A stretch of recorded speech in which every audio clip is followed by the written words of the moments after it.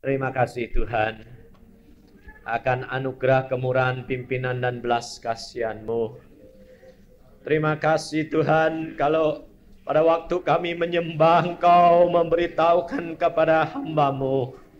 Hamba-Mu tidak tahu ini untuk siapa, tetapi hamba-Mu sampaikan supaya jangan hamba-Mu menjadi beban dan bersalah kepadamu. Bahwa mereka akan naik mulai hari ini naik dan tidak akan turun apabila Engkau benar-benar menurut kepadaku, kata Tuhan.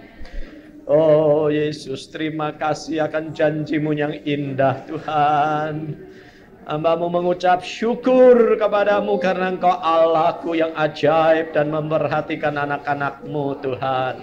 Terima kasih Bapakku. Dan hamba-Mu mendapatkan juga hamba percaya dan hamba-Mu imani. Kami tidak akan turun, tetapi kami naik ke tempat yang tinggi. Haleluya Tuhan Yesus. Haleluya. Mari Tuhan sekarang Kau berfirman. Hamba-Mu mendengar, semuanya mendengar. Urapi kami semuanya. Jangan ada satupun yang ketinggalan. Dalam nama Tuhan Yesus kami percaya. Amin.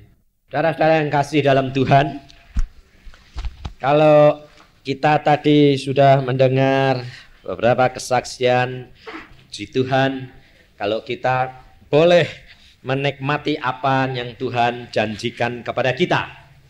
Dan saya juga sudah berkali-kali memperingatkan saudara, jangan menyanjung hamba Tuhan. Nanti berarti saudara itu masang tali gantungan pada saya atau pada hamba Tuhan yang lain. Sebab demikian saya bangga sedikit saja sudah kehilangan pahala. Pada waktu di Full Gospel saya bicara sama saudara Sam Hudi. Saya cuma tanya sama yang jaga yang masuk pintu, kursinya berapa? Hanya tanya kursi loh. Terus Tuhan ngomong sama saya, awas Yusa, kowe tanya-tanya kursi, nanti kalau tahu banyak, nanti terus mau wah. Oh iya, ampun Tuhan, ndak sekarang aku peduli amat. Saya bilang, nah ini loh saudara, sedikit saja sudah diperingatkan. Kalau kita peka, kita tidak usah takut. Lalu Tuhan mengatakan pada saya, engkau ingat, sekarang tanamkan terus menerus. Tuhan bilang, engkau hanya mengarahkan. Tetapi semuanya pekerjaan Roh Al-Kudus. Saya punya Alkitab yang saya bawa kemana-mana. Kalau kalau diambil orang saya bisa pusing. Sebabnya apa? Di sini ada tulisan yang saya tulis yang tidak dapat saya lupakan.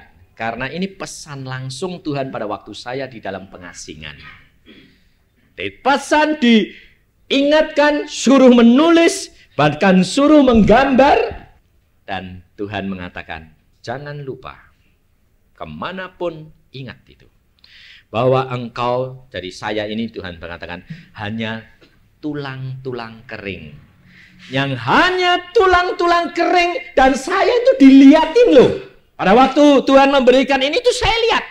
Saya pada waktu itu sedang berdoa, Tuhan mengatakan, itu ada kuburan. Wah kaget saya. Wong sembayang, muji-muji Tuhan, kok ditujui kuburan. Lalu saya bilang, kuburannya siapa? Bongkar.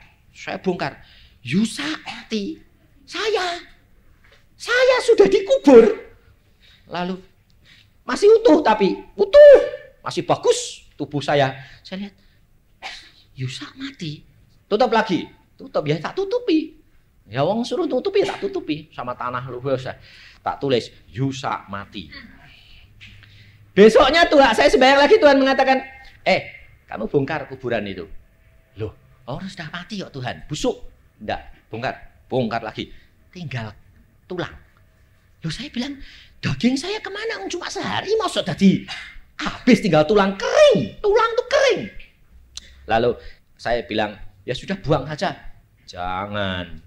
Lalu saya dapat melihat istri saya datang. Jangan kamu buang, ambilin. Jadi tulang-tulang saya sendiri itu saya ambilin, dimasukkan dus.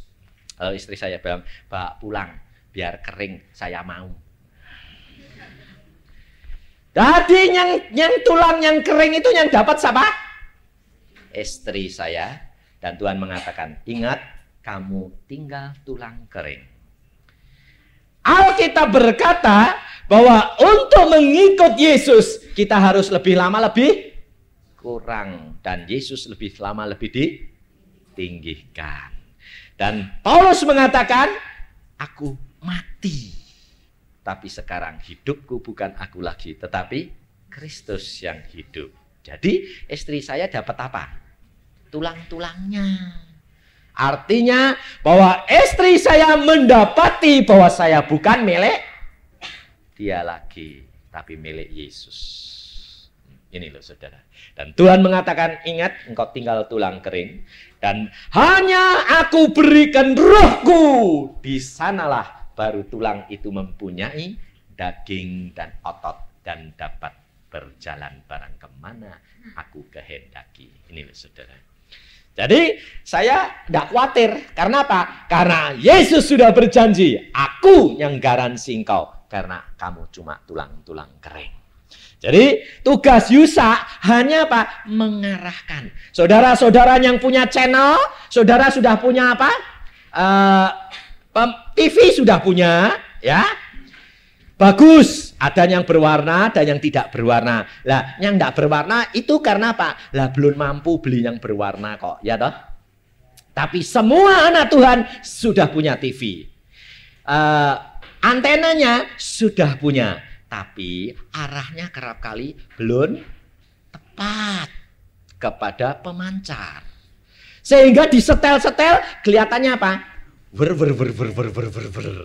Kelihatannya ya kelihatan gambar, tapi kabur. Sebab apa? Sebab antena itu tidak terarah pada pemancar yang tepat. Saya tugasnya cuma saudara mengingatkan, engkau sudah punya TV, engkau sudah punya antena, tapi pasanglah antenamu pada pemancar yang tepat. Channel yang tepat. Channel kita di mana? Surga. Maka saudara tadi dia berkata apa? Bukan Yusa loh. Ya, dia dipakai Tuhan untuk mengarahkan. Setelah kena, gambarnya jadi jelas, terang. Lah kalau gambarnya jelas kan enak toh. Ngerti, oh siapanya ngomong, oh begini arahnya harus begini. Nah ini loh saudara. Tapi jangan takut. Kita kalau sudah punya arah yang tepat, hati-hati. Jangan lalu kalau sudah tahu, lalu sengaja memanfaatkan. Lalu memperalat Tuhan, tidak menurut Tuhan. Nah, jadi banyak orang yang sudah dapat tahu, lalu dimanfaatkan sekalian. Nah, lalu umpamanya emahnya sudah sembuh, ya lah. Sekarang sedikit-sedikit lalu begini. Dalam nama Yesus, sekarang tidak kenal obat. Nah, tidak mau obat sebab aku sudah punya kuasa sendiri. Itu salah. Nanti dokter Budiono itu tidak laku. Dan dia jadi dokter itu kehendak Tuhan atau enggak? Kehendak. Karunia Tuhan enggak? Karunia. Tapi kok tidak dimanfaatkan? Lah anak-anak Tuhan semua tidak bisa. Kenneth Hagin sendiri pada waktu dia dipakai Tuhan dengan luar biasa, dia turun dari trap khotbah, jatuh geledek, tangannya putus. Dia bilang, dalam nama Tuhan Yesus, nyambung. Dalam nama Tuhan Yesus, nyambung. Tidak nyambung. Lalu dia bilang, kok tidak nyambung Tuhan? Tuhan mengatakan, masuk rumah sakit, operasi. Loh, kuasamu di mana? Tuhan mengatakan, tidak begitu caranya. Tapi kita harus tanya sama Tuhan, channelnya itu yang tepat. Apa yang saya harus lakukan Tuhan sama ini? Kalau Tuhan mengatakan sembuh, katakan.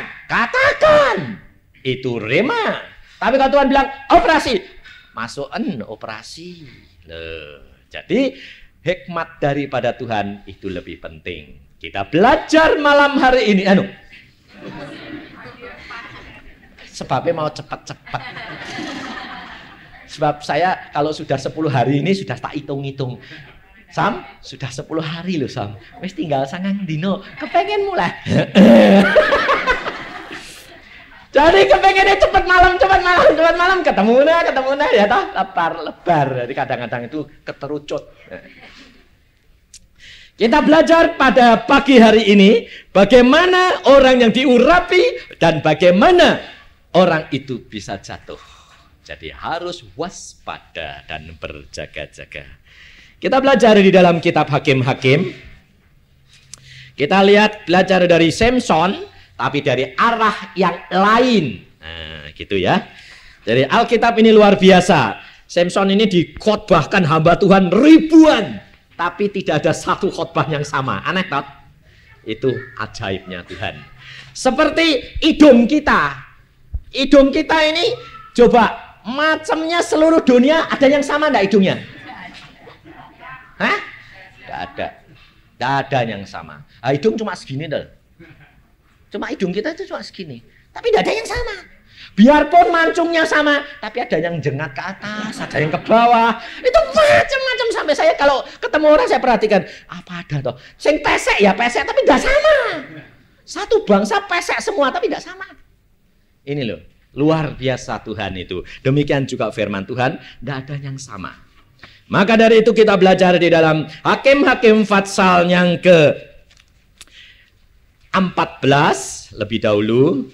Ini saya petik-petik karena bagaimana Tuhan ngajari saya berikan ya saudara.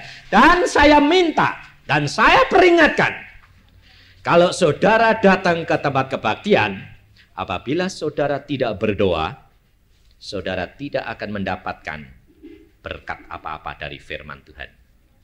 Sebab firman Tuhan ini diberikan kepada orang yang haus. Ya tak? Yang enggak haus, enggak bakal kepengen minum. Siapa saja yang khotbah, saudara harus berdoa. Tuhan, berikan firman untukku, aku haus. Kalau enggak, engkau rugi. Biarpun yang khotbah itu loh orang yang tua, kata-katanya itu ngantuk. Tapi kalau engkau berdoa, kata itu bisa diubahkan menjadi berkat. Ya, tapi banyak anak-anak Tuhannya dek khotbah itu mbok sing iso ndagel ngono lho lah ya ta, senenge itu lho pelawak-pelawak, bener enggak? Padahal pelawak itu sebetulnya tidak sungguh-sungguh, bener enggak? Pelawak itu sungguh-sungguh kalau ngomong enggak? Harus benar-benar ada urapan dan itu tergantung saudara. Memang tidak boleh lalu panen terus, tidak boleh ketawa. Sebab Tuhan itu lucu. Tuhan itu humor loh. Sampai saya kadang-kadang sampai kepingkal-pingkal. Saya bilang, Tuhan, kok lucu sih Tuhan. Loh, aku tidak lucu. Nanti anak-anakku tuh mukanya panjang kabeh. Tidak pernah ketawa. Padahal tadi mengatakan firman Tuhan mengatakan apa? Gembira itu obat bagi tulang-tulang. Kita selalu ketawa. Karena apa? Memang senang deh Tuhan. Tuhan tuh lucu kok. Benar, lucu. Lucunya luar biasa Tuhan. Tapi kalau sudah marah, jangan tanya. Satu kali dia berkata, geletak kabeh. Ini, kalau sama Tuhan itu harus menghormat, manja, tapi jangan kurang ajar. Ya. Dalam Hakim-Hakim 14, mulai dari ayat pertama kita baca sampai dengan ayat 4 pertama ya, belajar pertama dari ayat 1 sampai 4. Samson pergi ke Timna dan di situ ia melihat seorang gadis Filistin. Ia pulang dan memberitahukan kepada ayahnya dan ibunya, di Timna aku melihat seorang gadis Filistin. Tolong ambillah dia menjadi istriku. Tetapi ayahnya dan ibunya berkata kepadanya, tidak adakah di antara anak-anak perempuan sanak saudaramu atau di antara seluruh bangsa kita seorang perempuan sehingga engkau pergi mengambil istri dari orang Filistin, orang-orang yang tidak bersunat itu? Tetapi jawab Samson kepada ayahnya, ambillah dia bagiku sebab dia kusukai. Tetapi ayahnya dan ibunya tidak tahu bahwa hal itu daripada Tuhan asalnya. Sebab memang Samson harus mencari gara-gara terhadap orang Filistin, karena pada masa itu orang Filistin menguasai orang Israel. Kalau saudara perhatikan, Samson pergi ke Timna. Timna itu satu tempat yang namanya aman, damai, sejahtera. Timna artinya aman sentosa, tidak ada gangguan apa-apa. Ya, Samson pergi ke sana, justru dia melihat apa? Seorang gadis. Gadisnya malah gadis bangsa Filistin yang menjadi musuhnya orang Israel, bukan orang pilihan. Padahal Tuhan di dalam Taurat itu sudah berpesan kepada bangsa Israel, jangan kamu kawin dan mengawinkan dengan bangsa yang tanahnya akan aku berikan kepadamu. Loh, aneh enggak? Lalu ini ayat 4 berkata, ayah ibunya tidak tahu bahwa hal itu asalnya dari siapa? Tuhan. Loh, apa enggak bertentangan? Bertentangan enggak? Tuhan ngomong jangan kawin sama bangsa-bangsa lain. Sekarang malah Tuhan nyuruh Samson seneng sama gadis Filistin. Nah, bertentangan enggak? Bertentangan seolah-olah. Ngerti enggak? Bertentangan seolah-olah. Tetapi sebetulnya tidak bertentangan. Karena di sini Tuhan cuma mengambil sebagai apa? Contoh untuk mencari gara-gara. Hanya dipakai alat untuk mencari gara-gara. Gara-gara apa toh? Supaya bangsa Israel itu dikembalikan kepada kedudukan semula. Menjadi anak-anak Tuhan, tidak dijajah oleh orang Filistin. Timna artinya aman. Maka dari itu, saudara-saudara perhatikan. Di dalam keadaan yang aman, itu harus malah hati-hati. Tuhan Yesus pesan apa? Apabila orang mengatakan damai, sejahtera, aman, tidak ada apa-apa, pada saat itu, maka akan terjadi kedatangan anak manusia yang mendadak. Semua malapetaka akan menghancurkan bumi ini, ya saudara. Pada waktu Nuh masuk bahtera, orang kawin mengawinkan. Aman enggak? Aman, damai, sejahtera. Justru di situ sebentar lagi datang apa? Air bah. Ibu-ibu perhatikan. Kalau engkau hidup di dalam damai, sejahtera, aman, hati-hati. Hati-hati. Nyatanya hidup keluarga baik, sentosa, suami istri saling mengasihi, anak-anaknya tumbuh, tahu-tahu suaminya kecantol orang. Loh, aman-aman jadi hilang, betul enggak? Lalu tidak ada apa-apa, anaknya ganja, masalah. Lalu ibu-ibu di sini bilang apa? Ya, memang kebanyakan tuh yang jadi masalah itu apa? Anak suami, anak suami, anak suami. Betul enggak? Hah? Ya. Karena ibu yang nanggung toh. Anak suami, ya toh? Tapi sebetulnya apa? Karena ibu-ibu tidak waspada. Firman Tuhan mengatakan kalau di dalam suasana aman, hati-hati. Berarti kita harus berjaga dan berdoa. Karena kita tidak tahu kapan akan terjadi dan apa yang akan terjadi. Sebab kalau dalam keadaan aman, kita biasanya tidak tekun mencari Tuhan. Ke gereja ya ke gereja, cuma hanya formalitas. Kalau ada hamba Tuhan mengatakan atau teman saudara mengatakan, kamu harus cari Tuhan. Sudahlah, santai-santai saja, tenang-tenang saja. Kue itu loh ribut-ribut persekutuan sana sini, cari gereja sana sini. Hidupmu kayak apa? Lihat aku. ke gereja seminggu sekali, cukup baca Alkitab, gak usah. Tapi nyatanya hidup saya aman, damai. Nggak taunya, kecantol lah, kapok. Lalu kalau sudah kecantol saya tanya, loh kowe kok bisa kecantol sih? Nggak ngerti. Rasanya itu digodok, ditarik gitu loh. Kayak kerbau kalau dicongok. Karena apa? Karena yang nantol itu kuasa gelap. Tapi ibu-ibu tidak siap. Tidak siap senjata, tidak siap benteng. Sudah kadung lembunya dibawa, kelangan kebu, bingung. Loh, suami-suami itu enggak podo mbek kebu. Loh, yang kerja siapa? Di rumah tanggamu yang kerja siapa? Suami. Yang ngeluku siapa? Suami. Yang nanti hasil-hasilnya yang punya siapa? Istri. Yang kerja siapa? Suami. Kebune. Tapi kasihan kebu itu, sebab sudah capek malah dipecuti. Ayo toh, kerja lagi bayar. Ya, kita harus siap di dalam keadaan yang aman, tentram, harus sedia. Jangan sampai kebumu nanti ditarik orang. Harus disayang, harus benar-benar dipelihara supaya gemuk-gemuk. Sebabnya suami ini terlalu gendut, ndak tak payu ndak. Mosok tek duitnya akeh. Lah ya toh? Tek duitnya akeh payu. Sebabnya apa? Sebabnya yang dibutuhkan duitnya.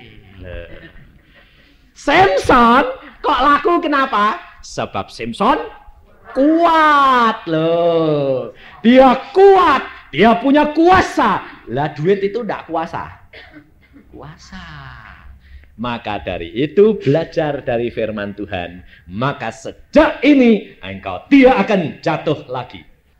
Dan kalau engkau sudah punya berkat yang Tuhan sudah sediakan, maka engkau tidak akan kehilangan. Seperti firman Tuhan tadi permulaan mengatakan, engkau akan naik terus. Tidak akan turun, karena itu janji daripada Allahmu. Tetapi hati-hati. Di dalam keadaan yang aman, damai, hati-hati karena singa sedang menanti. Ayat yang kelima, lalu pergilah Samson beserta ayahnya dan ibunya ke Timna. Ketika mereka sampai di kebun-kebun anggur di Timna, maka seekor singa muda mendatangi Samson dengan mengaum. Pada waktu itu berkuasalah roh Tuhan atas dia, sehingga singa itu dicabiknya seperti orang mencabik anak kambing, tanpa apa-apa di tangannya. Tetapi tidak diceritakannya kepada ayahnya atau ibunya apa yang dilakukannya. Kalau kita perhatikan saudara, mereka pergi ke Timna, tempat yang aman sentosa. Tetapi ketika mereka sampai ke kebun anggur, loh, datang lagi ke kebun anggur. Kemarin saya di Bon Cafe ngomong kebun anggur. Sekarang datang lagi kebun anggur. Ketika mereka sampai di kebun anggur, kemarin saya berbicara kebun anggur menggambarkan siapa? Menggambarkan istri-istri perempuan-perempuan. Ketika Samson sampai tiba di kebun anggur, jadi ketemu perempuan, yang datang apa? Singa yang menerkam. Yang menerkam bukan orang perempuan kebun anggurnya, tetapi singanya, setan yang menerkam dia. Ini perhatikan. Tetapi karena Samson orang pilihan, pada saat itu roh Allah berkuasa atas dia. Lah, demikian juga dengan saudara-saudara sekalian. Apabila hidupmu masih berkenan kepada Tuhan, seperti Samson pada waktu dia masih tetap melekat kepada Tuhan, ada singa menerkam, roh Al-Kudus segera bertindak untuk menolong engkau. Sehingga singa pun seperti anak kambing, disobek begitu saja, dibuang. Dan keadaan saudara dengan saya lebih bahagia daripada Samson. Kalau kita perhatikan, pada waktu dia berjalan ke sana, Allah ada bersama dengan Samson, enggak? Roh Allah berkuasa pada Samson atau tidak? Tidak. Pada saat dia sedang berjalan. Tapi pada saat singa menerkam, roh Allah berkuasa atas dia. Padahal kita sekarang ini sudah punya Roh Kudus. Roh Kudus tinggal terus di dalam kita. Nah, kuasanya kuasa mana? Kuasa kita. Karena apa? Karena kalau kita Roh Kudus tetap tinggal, apapun kita sudah diberitahu apa yang akan terjadi. Jadi bakal ada apa? Saudara sudah siap-siap membentengi diri. Loh, lebih enak. Lebih enak sebelum kena penyakit sudah tahu, minum obat dulu. Lalu apakah sudah kena penyakit barusan berperang? Seperti Samson. Penyakit nyerang, perang. Atau sebelum penyakit datang sudah dibentengi dulu. Enak mana? Enak dibentengi, tidak ngalami susah. Sebabnya apa? Oh Tuhan, awas jangan jalan sana. Iblis, setan di sana, kamu jalan sini. Kalau kamu sudah mulai berjalan lewat, mulai keluar daripada pagar yang Tuhan berikan, Tuhan mengatakan, awas, jangan melanggar pagar yang aku sudah berikan. Nanti kamu diterkam setan. Nah, ini kerap kali kita tidak dengar-dengaran, tidak taat apa yang Roh Kudus pesankan kepada kita sekalian. Sehingga kerap kali Samson kita mengalami keadaan seperti Samson. Kalau pada waktu pertama kali Samson kawin sama orang Filistin, jadi batu sandungan enggak? Jadi batu sandungan. Tapi Tuhan tahu ini cuma dipakai gara-gara. Akhirnya jadi istri Samson sungguhan enggak? Hanya dipakai alat untuk jadi gara-gara. Jadi saudara jangan kaget. Kalau engkau tidak dekat Tuhan, kemudian anak terjadi peristiwa, lalu menjadi masalah dalam keluarga, suami hilang, itu jangan kaget. Itu hanya dipakai alat oleh Tuhan karena Tuhan mau mengembalikan kamu kembali menjadi anak-anaknya yang sempurna kembali. Sebab apa? Sebab Tuhan tahu kamu sudah jauh dari Tuhan. Saking amannya, enak-enak, tidak butuh Tuhan. Ini. Tetapi bagi ibu-ibu yang sudah aman, hati-hati. Kau harus benar-benar melekat kepada Tuhan. Jangan saking amannya, lalu kesengsem dengan harta benda, dengan segala sesuatu, merupakan ikatan, itu berbahaya. Saya sendiri pada waktu mau datang ke sini, saya dimarahi Tuhan. Saya barusan cerita sama Sambudi. Jangan saudara kira bahwa makanya saya itu tidak merasa saya punya hasil apa-apa. Tidak, itu hasil kerjaan Roh Kudus. Bapak, saya mau datang ke sini, 2 minggu sebelumnya Tuhan tuh sudah bicara sama saya. Dalam mimpi saya sudah dilihatkan. Tuh lihat Yusa, kamu ribut sama mobil. Loh, saya padahal pada saat itu tidak ribut mobil. Kenapa? Mobil saya itu CT itu sudah belel, tidak karu-karuan. Saya bilang, malu dong Tuhan, tapi saya mau pelayanan, urusan nanti. Tapi Tuhan sudah melihatkan bahwa sebelum saya pergi ke Surabaya ini, saya ribut dengan mobil saya. Atau saya bilang, enggak. Tapi apa yang Tuhan sudah lihatkan, itu terjadi. Maka karena apa? Karena setiap kali Tuhan itu memberitahukan kepada saya, apa yang akan terjadi, sudah diberitahu. Lalu, seminggu sebelum saya berangkat, bener tukang CT teko. Saya lupa mimpi saya bilang, ya wes cat. Nah, Senin mulai dikerjakan, saya beli cat, saya suruh ngecat, baru otomatis kan saya ngontrol. Sibuk sampai Sabtu barusan selesai. Minggu saya terbang ke Surabaya. Malamnya Tuhan bilang, itu Yusa. Ya ampun Tuhan. Saya orangnya keras. Saya bilang, ya apa Tuhan? Sebab saya sudah ambil keputusan. Apabila nanti Tuhan tidak berkenan, saya akan telegram sama Sam. Batalkan semua pelayanan Surabaya. Saya tidak melayani sebab saya menurut kehendak Tuhan. Tuhan lihat kenapa saudara? Saya itu membawa beras. Beras itu saking tidak ada waktunya, saya harus ngasih orang makan banyak. Tapi beras itu saya masukkan saja di air yang mendidih. Plung, cepet, ayo. Wah, belum matang lagi. Ayo. Lah, tidak matang. Lalu Tuhan mengatakan, itu apa kerjamu? Kamu aku suruh kasih makan orang segini banyaknya, tapi yang kamu bawa beras mentah. Tahu enggak? Aduh, ya betul Tuhan. Saya bilang, ampun, saya minta ampun. Saya batalkan Surabaya ini Tuhan. Saya tidak melayani. Sebab percuma ngasih makan orang itu beras, tidak nasi. Saya bilang. Tapi Tuhan mengatakan apa? Habis itu saya berdoa begitu, saya tertidur lagi. Saya sudah ambil putusan loh. Tuhan mengatakan, tidak caranya begitu. Loh, nah bagaimana? Bukankah engkau itu tulang-tulang kering? Oh iya, tulang kering, saya bilang. Tulang kering. Nah, tetapi yang mengerjakan siapa? Roh Al-Kudus.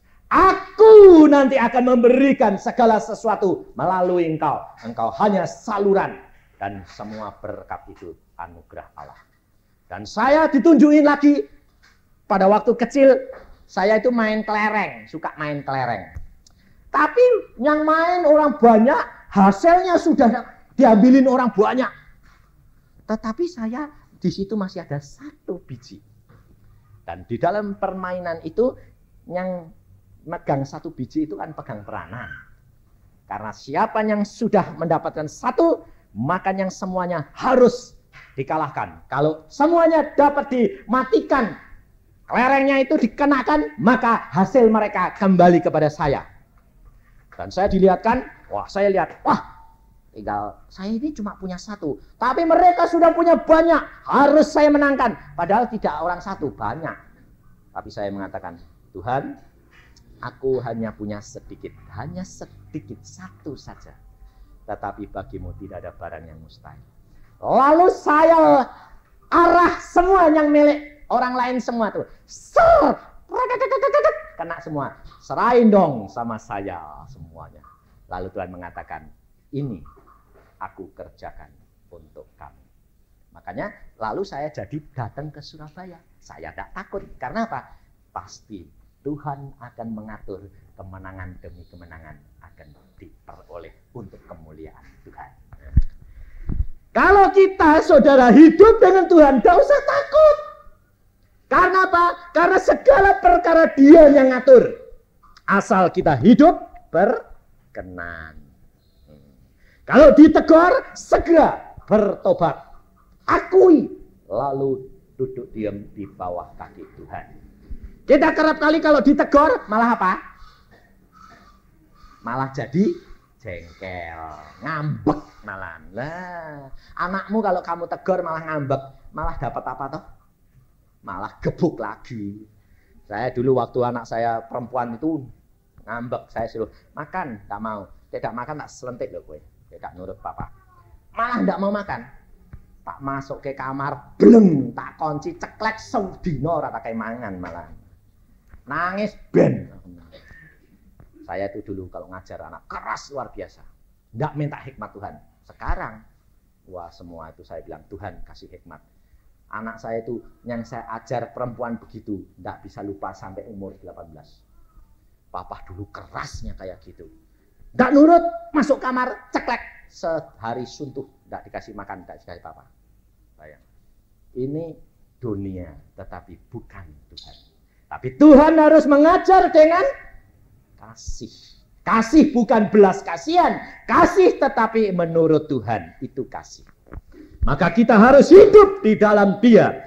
Supaya jangan sampai kita terperosok. Pada waktu kita menghadapi bahaya, jangan takut. Roh Al-Kudus akan membela kita. Menolong kita di dalam menghadapi segala perkara. Maka perkaramu, problemmu seperti singa yang mengaum-ngaum itu jadinya seperti anak kambing. Loh, anak kambing itu ganas enggak? Musuhmu yang mengaum-ngaum itu menjadi lunak. Kamu buat apa, dia nurut. Karena engkau punya kuasa Roh Al-Kudus di dalammu. Jadi jangan takut.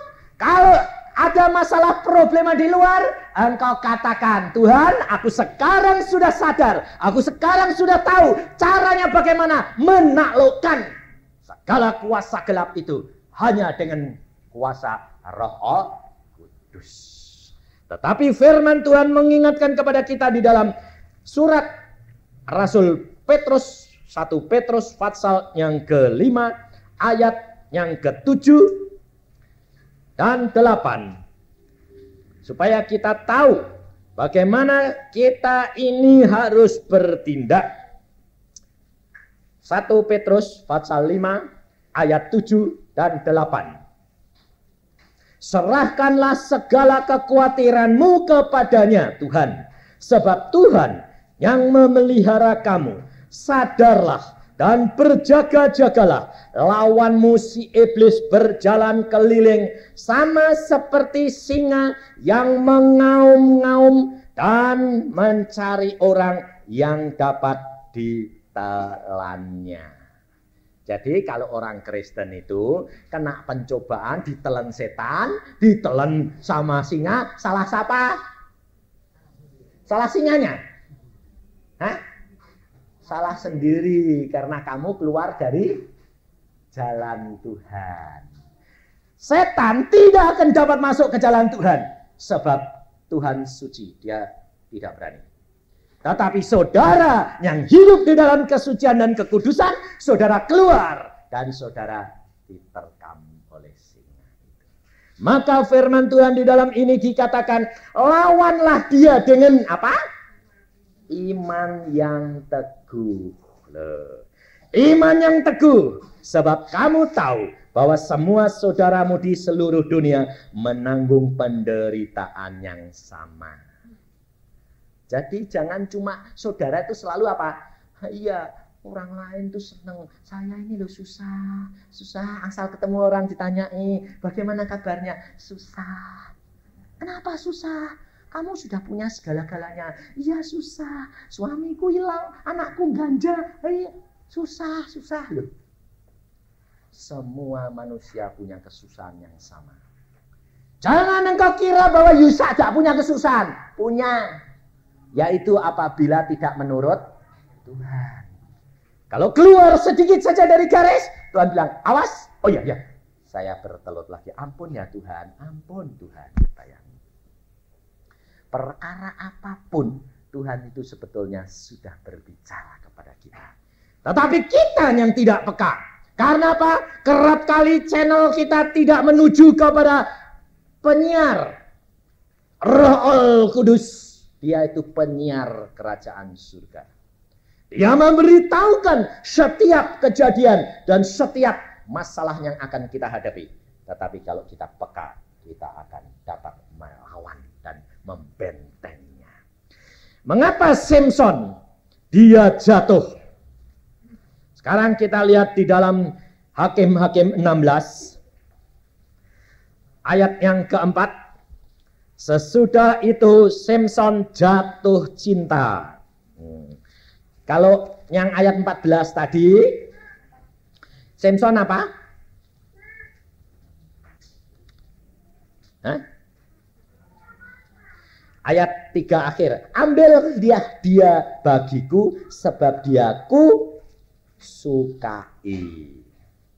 Jadi kalau yang pertama dia cuma suka. Yang kedua Samson jatuh cinta. Lah, kalau orang jatuh cinta itu berarti sudah terikat. Saudara bisa jatuh cinta sama barang enggak? Bisa. Ibu-ibu jatuh cinta sama masakan bisa enggak? Bisa.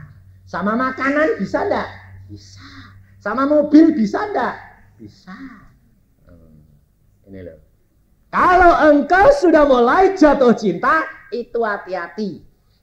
Sebab saya tidak bilang engkau bakal jatuh cinta sama suamimu. Tidak. Sebab suamimu sudah jadi milikmu, pasti cintanya tambah luntur. Saya garansi kok 90% di sini ibu-ibu cintanya enggak tambah lekat, tapi tambah jauh. Benar 90% di sini, saya terus terang. Saya enggak mau bohong. cintanya sama suami, coba diukur. Cintamu pada waktu kamu pertama ketemu kawin bulan madu sama sekarang cinta mana? Jujur coba. Berani bilang cinta sekarang. Enggak toh? Enggak, terus terang yang enggak itu jujur malah ngomong. Yang lain tuh dalam hatinya iya. Tapi malu. Itu kenyataan ya saudara. Tapi engkau coba tanya istri saya. Loh ini saya terus terang. Istri saya kerap kali tanya, loh kamu sama suami enggak tahu tuh, tambah lama tambah cinta saya. Wong sampai kadang-kadang tuh dia bilang, aku ini kok gregetan delok kowe. Loh kenapa kok gregetan? Tambah lama tambah kepengin cedak terus, kepengin ngambungi terus. Wah! Lah aku bilang gini, itu tandanya kasih. Loh. Cinta itu meningkat terus. Itu kenyataan loh. Sehingga hidup kita itu kayak pacaran terus. Anak-anak tuh sampai bingung. Mama dek papa sudah kumpul, sudah jejeran gitu. Kok ya orang pacaran baik. Oh sudah tua loh pak. Loh ben toh. Tua ya ben. Nah tua kan umure. Muda terus kok saya bilang. Sebabnya apa? Kepingin kumpul terus itu. Luar biasa Tuhan itu. Selalu itu rasanya itu dek kumpul tuh senang. Wong saya itu kalau di Bandung mau pergi kemana istri saya itu ngintil terus. Loh kok udah di kerjaan? Saya bilang, mbok kepengin melu terus kok ini. Wah, sebaliknya saya kalau di luar kepengennya pulang terus bingung enggak? Ini loh saudara. Itu keluar sendiri, bukan dibikin-bikin. Enggak bisa dibikin-bikin, itu keluar sendiri saudara. Sehingga anak-anak itu kalau jam makan mereka tidak ada yang makan di luar. Mereka sedapat mungkin pulang. Sebab apa? Loh kenapa gue kok ribut kepengen mulai? Tek mangan itu campur. Papa mama itu rame. Gurau, ngomong, mengemukakan pendapat. Loh. Anak-anak itu jangan, orang tua ini ya, anak-anak itu jangan ditakut-takuti. Malah kalau anaknya sudah mulai dewasa, umur 15-16, itu kan sudah musim pacaran. Wah, orang tuanya bilang, kalau ngomong sedikit, tadi loh, wes aja ngomong pacaran-pacaran, saya cilik. Kalau saya enggak. Tadi udah sekolahan. Wah, rame pak. Temanku itu seneng mbek sebelah. Wah, terus piye? Wah, dia malah cerita. Yo terus terang. Kowe ya melu seneng toh. Wong ndek kembange. Ya, terus ya tak godho. Nah, carane piye? Gini, malah tak ajari. Sehingga orang anak-anak ini sering mengemukakan masalahnya kepada orang tuanya. Enggak tedengaling, enggak disimpen-simpen. Oh, kowe nek seneng tak ajari carane ngene. Tapi nek sudah tak ajari, dia senang, tak tutup dengan apa? Tapi tanya Tuhan, itu jodohmu ra? Nah, mak kletek. Dene mulai sembahyang, nek dak jodone ya rugi. Wis mbok uber-uber ora jodohmu, percuma. Nah, gak jadi lagi. Makanya sampai sekarang belum ada yang punya pacar. Belum punya, semua tiga-tiga belum punya. Saya bilang, kenapa kamu belum punya? Saya takut dan saya bilang, Tuhan, berikan aku yang terbaik dan pilihkan aku yang terbaik. Jadi nggak mau sendiri. Karena apa? Karena menurut Tuhan lebih dari segala-galanya. Dia lihat kehidupan ayah ibunya. Saya mengatakan, kalau engkau ditunjuk Tuhan seperti bapakmu ditunjuk, itu pacarmu, itu calon istrimu, engkau akan mendapatkan yang terbahagia seperti papa dan mama yang alami. Masalah boleh datang, gelombang boleh ada, tetapi tetap kita sampai ke pelabuhan dengan damai dan sejahtera. Dan engkau menikmati semua. Sehingga menjadi moto mereka, tanya Tuhan, berjalan dengan Tuhan, bersama dengan Tuhan, dan Tuhan yang menunjukkan segala-galanya. Ini saudara. Lalu Samson jatuh cinta kepada seorang perempuan dari lembah Sorek, namanya Delila. Lah, lembah Sorek. Sorek itu artinya kebun, memilih kebun anggur. Sorek artinya memilih kebun anggur. Samson jatuh cinta kepada apa? Delila. Ternyata nama Delila artinya apa? Tambah lama tambah layu. Yang dipilih dia jatuh cinta di kebun anggur, tetapi ternyata anggurnya itu hanya hidup sekejap, tapi setelah itu layu. Apa yang didapat Samson? Karena dia tidak tanya-tanya sama Tuhan, apa yang didapat Samson? Mata Samson hilang. Dicungkil. Karena Tuhan mau menyatakan, engkau buta. Karena engkau jatuh cinta, sehingga mata rohanimu buta. Bahwa yang kau pilih itu adalah pohon anggur yang sudah mulai layu. Dan hanya memabukkan, hanya menghasilkan buah satu kali yang memabukkan saja. Setelah itu layu. Saudara tahu. Maka dari itu untuk ibu-ibu, untuk masa depanmu tergantung daripada ibu sekalian. Karena suami tidak dapat diharapkan. Tetapi berbahagialah kalau suami-suami sudah takut akan Tuhan. Maka ia akan mendapatkan berkat yang luar biasa. Akan anak-anaknya akan mendapatkan berkat dan menjadi anak-anak yang perkasa. Tetapi kalau suami-suami belum, tergantung daripada ibu-ibu. Bagaimana ibu melekat kepada Tuhan sehingga dapat membawa suamimu kembali ke dalam posisi yang Tuhan kehendaki, menjadi anak-anak Tuhan, sehingga berkat Tuhan itu melimpah di dalam keluargamu. Tetapi kalau engkau sudah mendapatkan karunia, engkau sudah dapat berkat dari Tuhan, hati-hati. Jangan kita jatuh cinta. Sehingga mata rohani kita menjadi buta. Tidak minta pimpinan Roh Kudus, maka kita akan tersesat. Tapi kalau kita berjalan menuju yang Tuhan kehendaki, pasti kita akan selamat. Karena itu sudah dijanjikan Tuhan kepada kita. Itu hak anak-anak Tuhan. Anugerah Tuhan. Kita akan dididik oleh Tuhan. Dipimpin terus. Naik sampai sama seperti Yesus. Sehingga hak kerajaan surga menjadi bagian kita juga. Maka dari itu firman Tuhan hari ini memperingatkan kepada kita sekalian. Bagaimana menjadi anak Tuhan yang perkasa. Menang dari kemenangan kepada kemenangan. Naik terus dan tidak turun. Sampai kita dijemput Tuhan. Amin. Mari kita berdoa. Tuhan, firman-Mu sudah hamba sampaikan. Apabila Engkau dari permulaan sudah berfirman, sudah menjanjikan mulai hari ini Engkau akan naik. Dan hamba-Mu percaya pasti anak-anak-Mu di sini sudah mengambil suatu ketetapan, suatu keputusan bahwa mereka mau menerima Engkau dan melakukan sesuai dengan firman-Mu. Langkah demi langkah mau berjalan barang kemana Engkau kehendaki. Dan melakukan apa yang Roh Kudus pimpin dan nyatakan di dalam kehidupan kami. Sehingga hidup kami naik terus menuju kepada kesempurnaan.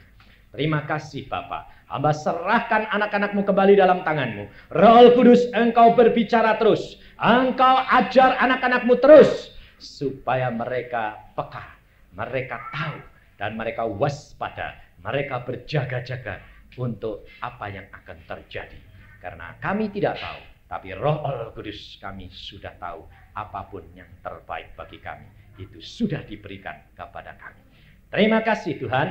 Kami serahkan hidup kami selanjutnya dalam tangan-Mu. Di dalam nama Tuhan Yesus Kristus. Haleluya. Amin. Haleluya. Amin. Haleluya. Amin. Haleluya. Amin. Haleluya. Amin. Haleluya.